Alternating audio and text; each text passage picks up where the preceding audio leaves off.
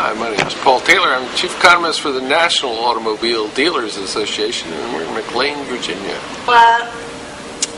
Talk to us about the state of the auto industry. Well, we've been running along with the 9 most successful years in the industry's history until we got to this one. And now we're seeing sales drop to about 14 million units. And that's on a good day. We're hopeful. September, the run rate was about 12.5 million. We currently have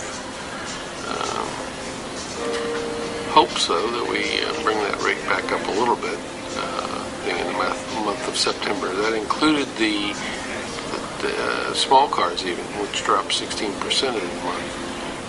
Right. This had more to do with the credit crunch than the gas price. We're hopeful that gas prices are continuing down. They were interrupted by Ike during the month, but they all continue down. We expect to see $3.20 gas within a couple of weeks here on the East Coast. A special higher price for you on the West Coast. Thanks so much. Does it matter what the price of gas is if you can't afford it? Well, if the price falls, it's more affordable.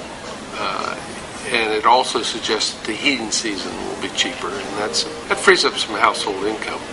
The difficulty now is finding financing for people, and the financing costs, and the financing requirements for documentation, and the financing requirements for a higher FICO score than they might have required several months ago. So it's just gotten more difficult in the financing markets, and that's going to be a factor as we move through the last months of the year, and what 2 million units off the pace of the previous years.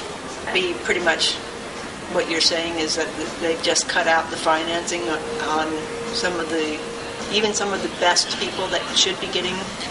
That's right. If you had no problem getting financing, you're being asked for more. You're being asked for a higher FICO score than you had last year, and so when you have that across the board, when higher scores are required, that means on average people will be paying more for financing than they would have been paying a couple of years ago, or even a couple of months ago. So that's going to hurt car sales, all things equal, but in some cases the availability, if your credit record is somewhat less than perfect, that's about half of us in the American economy. And what we found in the past is that about half of people who come in and look for the submitted rates qualify for them. Hopeful that what we see is the impact of the new legal package, the legislative package, helping to free up credit. But we think that's probably going to be a slow pace unless the activity to use that $700 billion is very aggressive. We also expect some coordinated effort from the major developed countries' central monetary authorities, and we think that'll be coming in the next month or so. And that car loans are securitized just like mortgages. The underwriting's much better, but nobody currently wants anything in packages. As a consequence, what we need to see is the securitization process back in operation and functioning nationally and internationally. So why the credit rating then on cars has gone down is because they don't want to package them in any way? We have the package loans out there, but they're being resisted by international investors because they're skeptical of them. So much bad news on the mortgage-backed securities that they're concerned that there's also problems with other securitized consumer loans.